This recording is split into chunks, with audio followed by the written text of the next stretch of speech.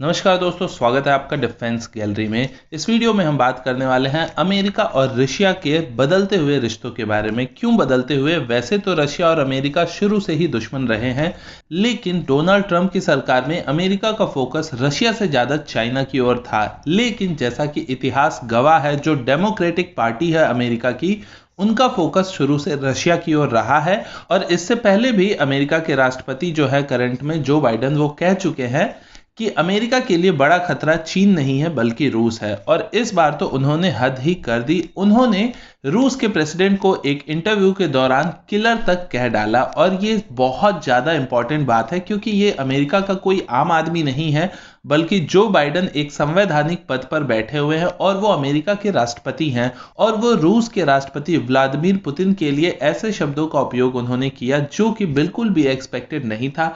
और रूस ने इस बात को बहुत ज़्यादा सीरियसली लिया है। हालांकि रूस की ओर से कोई आधिकारिक बयान इसके विपक्ष में नहीं आया है, लेकिन रूस ने इसके खिलाफ एक्शन लेते हुए अपने जो एम्बेसडर थे यूएस में, उसको वापस बुला लिया है। और अभी रूस ने भी ये नहीं कहा है कि उसने इसके जवाब में वापस बुलाया है और वो वापस नहीं भेजेंगे, बल्कि रूस का कहना यह है कि हम अभी चीज़ें समझना चाहते हैं और फिलहाल के तौर पे हमने बुला लिया है। आगे जब हम चीज़ें और अच्छे से समझ लेंगे उसके बाद इन्हें वापस भेजा जाएगा। लेकिन वो चीज़ें कब होंगी ये अभी कोई फिक्स नहीं है। अमेरिका की ओर से भी ऐसा कहा गया है कि रूस ने जो ये काम किया है कि अपने एम्बेसडर को बुला लिया है अमेरिका से, तो ऐसा नहीं होगा कि अमेरिका भी इसके बदले अपने एम्बेसडर को रूस से बुला ले। तो अमेरिका ऐसा कुछ प्लान नहीं कर रहा है। लेकिन अमेरिका के प्रेसिडेंट का जो बयान है वो अपने आप में काफी ज्यादा चिंताजनक है और ये अमेरिका और रूस के जो रिश्ते हैं उनको और ज्यादा खराब कर सकता है। और ऐसा ही प्रेसिडेंट ओबामा के भी काल में था और उससे पहले भी अगर आप देखते हैं तो जब भी डेमोक्रेटिक गवर्नमेंट आई है अमेरिका में, तो रूस के साथ जो रिश्ते हैं वो खराब हुए हैं अमेरिका के। और इसी दौरान यूएस के एक सेनेटर ने अमेरिका के जो डिफेंस सेक्रेटरी हैं, जो कि जल्द ही भारत विजिट करने वाले हैं, उनसे यूएस के एक सेनेटर ने स्पेशली कहा है कि आप भारत को समझाने की कोशिश करिए कि S-400 भारत ना ले। और अगर S-400 भारत ले लेता है तो अमेरिका के पास कोई ऑप्शन नहीं बचेगा सैंक्शंस को लगाने के अलावा।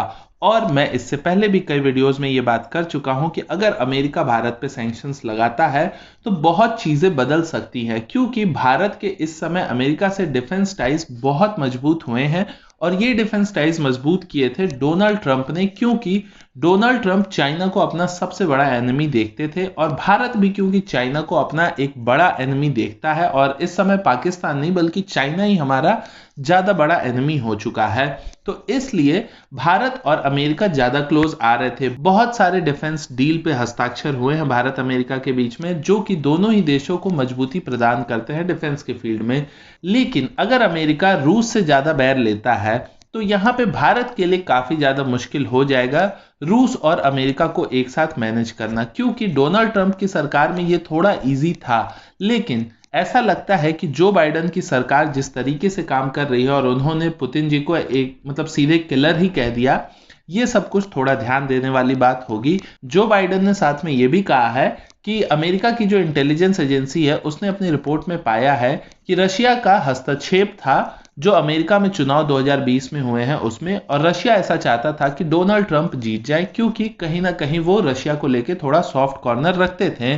और ये बात जो बाइडेन को पता चली है और जो बाइडेन का कहना है कि पुतिन को इसका भरजाना भरना पड़ेगा, तो इसका भुगतान देना पड़ेगा रशिया को। अब वो कैसे देना पड़ेगा ये तो वही बेहतर जानते होंगे, लेकिन उनके इस तरह के वाक्य थे रूस के प्रेसिडेंट के लिए।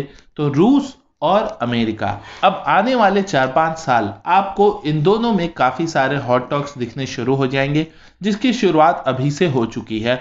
कोई बड़ी बात नहीं है कि ये दोनों कंट्रीज मिलके किसी तीसरी कंट्री में जाके जंग भी कर ले। डायरेक्ट तो नहीं लड़ेंगे ये लोग, क्योंकि ये दोनों ही लगभग डिफेंस के मामले में बहुत ज्यादा कैपेबिलिटीज रखती हैं। लेकिन ये बिल्कुल पॉसिबिलिटी है कि ये दोनों कंट्रीज किसी तीसरी कंट्री में जाके अपना जंग का प्रैक्टिस करें और फिर और चीजें खराब हो। तो ऐसा लगता है कि भारत के लिए भविष्य में थोड़ी मुश्किलें बढ़ने वाली हैं इन दोनों को एक साथ मैनेज करना, जो कि ट्रंप सरकार में कंपैरेटिवली इजी था। आपका क्या कहना है इस बारे में? आप भी अपना सुझाव कमेंट सेक्शन में जरूर बताइएगा। और इससे पहले कि आप वापस जाएं, मैं आपको एक वीडियो रिकमेंडेशन देना चाहता हूं जो कि भारत की एक बहुत बड़ी अचीवमेंट है। भारत का एक प्रोजेक्ट है जो कि काफी सीक्रेट आज तक रहा था, लेकिन अब वो कमीशन हो गया है, तो इसलिए हमें आपको पता है इस प्रोजेक्ट के लॉन्च होने के बाद से कैसे भारत चीन और पाकिस्तान के न्यूक्लियर हथियारों को बेकार कर सकता है। ये आप जानना चाहते हैं तो आप हमारे पार्टनर चैनल ऑनलाइन वेंचर्स पे पब्लिश किए हुए हमारे वीडियो को आई बटन पे दिए गए लिंक या एंड स्क्रीन के लिंक या डिस्क्रिप्शन के लिंक से जरूर चेक करें। आपको वो वीडियो बहुत पसंद आएगी। मैं मनीष मिलता हूं आपसे अगले वीडियो में। नमस्कार, जय हिंद।